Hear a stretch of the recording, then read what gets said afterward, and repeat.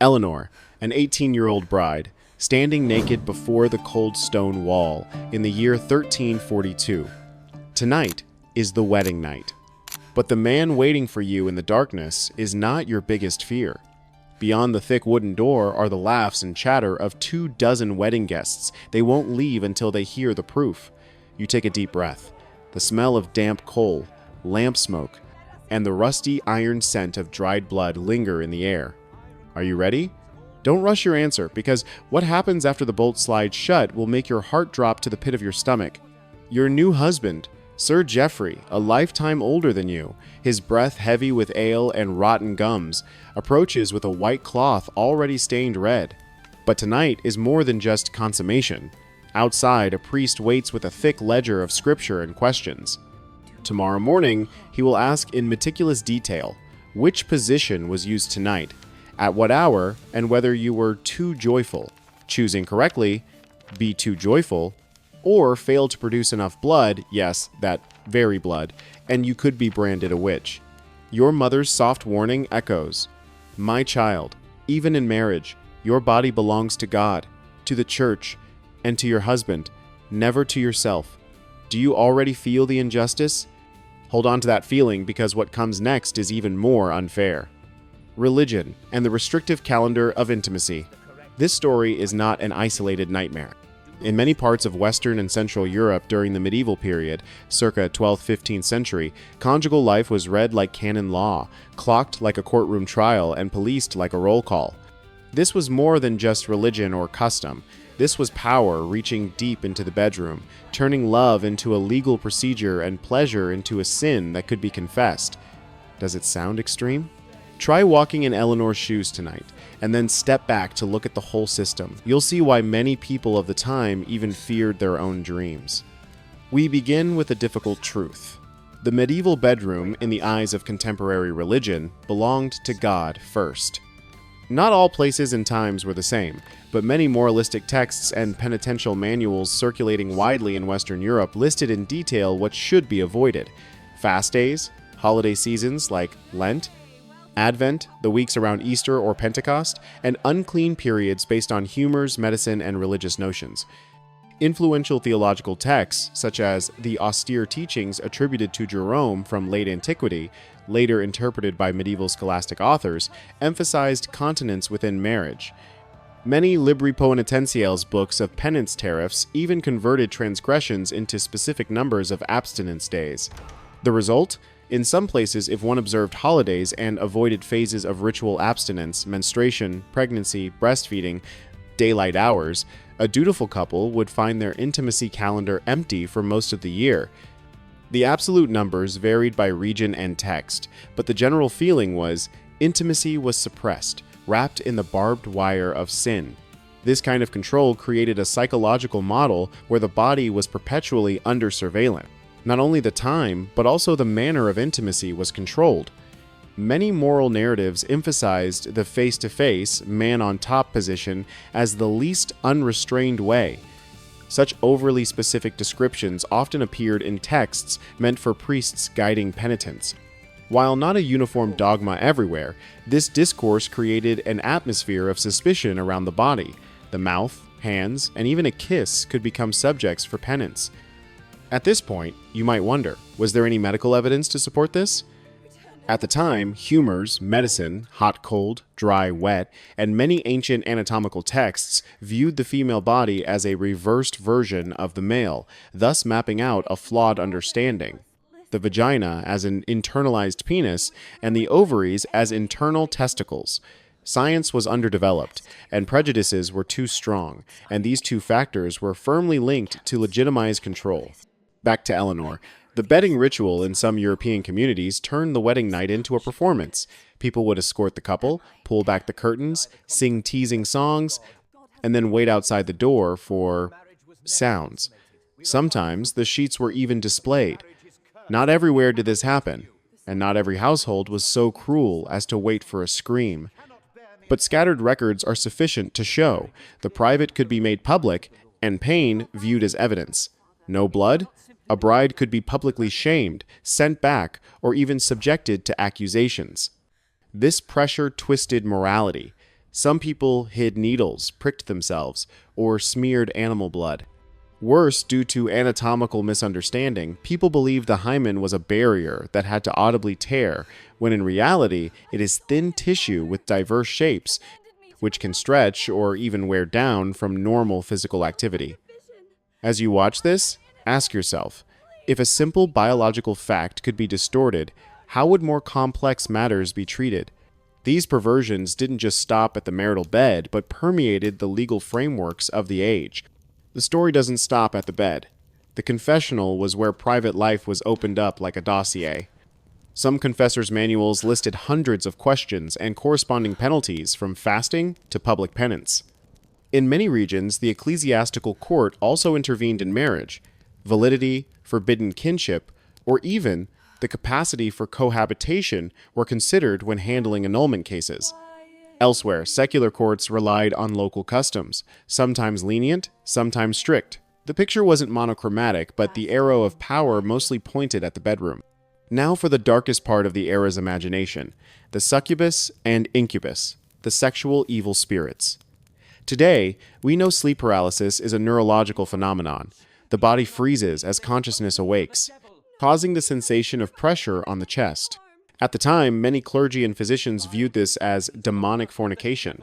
They constructed a seed-taking, seed-transmitting mechanism for demons, turning wet dreams into evidence of sin. The result? Young women confessed to erotic dreams and were drawn into investigation, examination, and burning. Do you think this is far-fetched? Try to imagine the sense of shame compounded by fear being legitimized by the religious cloak, and you'll understand why many stayed silent and why silence begot more violence. Don't forget menstruation. Many texts of the time ascribed to menstrual blood, the power to sour wine, spoil crops, and weaken men. Some villages required women on their period to stay apart, while others only asked for abstinence from touching sacred objects. Beneath this fog of fear, women created a small body of knowledge: forest moss, coarse cloth, sheepskin, moon calendars, herbal teas, passed down quietly, because disclosure could lead to accusations of witchcraft. Recognize the paradox. The more they were stripped of power, the more they had to innovate to survive.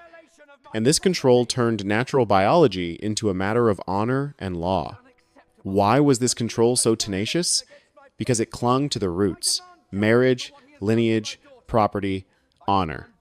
In many medieval European legal systems, a daughter's virginity was exchange value between two families, and when honor was tied to the bedsheet, the whole community had a reason to intrude into the bedroom. Customary laws and precedents varied by region and period, but a frightening common denominator repeated. The crime of rape was often defined as violating the property rights of the man who owned the woman father, husband, or lord. Punishment fluctuated wildly by social class. A lowly man daring to touch an aristocrat could lose his life. A powerful man touching a low-status woman sometimes only paid a fine. Yes, exceptions existed. But exceptions could not save the fate of the silent majority. Stop, take a breath, and return to Eleanor. Not every family was as cruel as her husband's family in this imagining. Not every village was so intrusive. But countless pieces scattered across Europe at that time, from confessors' manuals, ecclesiastical court records, to folk tales, show a common pattern: intimacy brought into the light, the body interpreted by others. The control even extended to medicine and marriage counseling based on stars and temperaments. Many physicians of the time believed in the harmony of hot, cold, dry, wet between two people, even predicting compatibility based on body shape. Wide hips? A sign of easy childbearing. Narrow hips? Disadvantageous. All was documented with a tone as casual as describing livestock, as if the feelings of the individuals involved were irrelevant. On the religious side, barriers to consanguinity, including spiritual kinship godparents, were pushed very broadly during some periods, forcing many couples to annul their marriages. Again, not everywhere was the same, but the message was heavy as stone. Even one's life partner could be determined by the invisible hand of law and custom. Now, look at the legacy. The concepts of suspicious pleasure, morality equals abstinence, and honor equals control of the female body did not vanish with the 15th century. They changed clothes, passed through the Reformation, through the inquisitorial courts, through the early modern witch hunts, and influenced colonial legal codes. You ask, where are the real people, the real facts? Stories like Isabella's or Agnes's, if used for illustration, must be explicitly noted as reconstructions based on common archival patterns, violent virginity exams, accusations due to dreams, public interrogation. When putting them on screen, we should tell the audience outright, this is a composite picture assembled from many handwritten sources, laws, and court records, not a single monolithic file. By doing so, we retain the fire of the story while maintaining intellectual honesty. So, what do we do with Eleanor? We keep her as a mirror. We don't turn her into a flat symbol of victimhood, but let her remind us that the body is not a bargaining chip, a scream is not a proof ritual, and a secret between two people is not the property of the crowd. When telling her story, we tell it with necessary accuracy, contextualize, point out regional diversity, speak truthfully about what went wrong, and open up what is right. From now on, when mentioning bedding, don't forget to add, this custom was documented in some regions and periods, not representative of all medieval Europe. When mentioning 50 days a year, clarify that this is a conventional calculation interpreted in some moral texts, not a unified mandatory calendar. When mentioning slaying on sight for adultery, point out that some local customs and periods allowed catching red-handed violence, not a general law in perpetuity. And when discussing sexual demons, cross-reference with modern neurological explanations so the viewer moves past the mystery while still understanding why people believed it then. What made this control so durable was not just law and dogma, but shame. Shame sealed the victim's mouth. Shame turned the community into an audience and a police force. Shame made those bedsheets into flags of honor. To reclaim freedom, one must first defuse shame. History, told correctly, is the first way. Step out of the stone room. The hallway is cold, but beyond is a courtyard with a fire. There, we will ask a very specific and very immediate question: how to tell stories about the medieval body without falling into the trap of exaggeration. Any mechanism that makes you fear your own body is a mechanism that needs re-examining. Are you still here? Good. Because next, we will continue to open the sealed doors of the past. The cellar, where rumor replaced truth, the courtroom where confessions were manufactured, and the hearths where women quietly shared tiny survival tricks. If you want to look deeper through that smoke, the next video is ready at the bottom of the screen. Click on it to encounter more chapters erased from history, chapters that, once read, will make you unable to look at old stone walls the same way again. And if this journey leaves you both outraged and enlightened, that's a good sign. Please subscribe, hit the bell, and share this video with anyone who ever asked, was the past really that dark?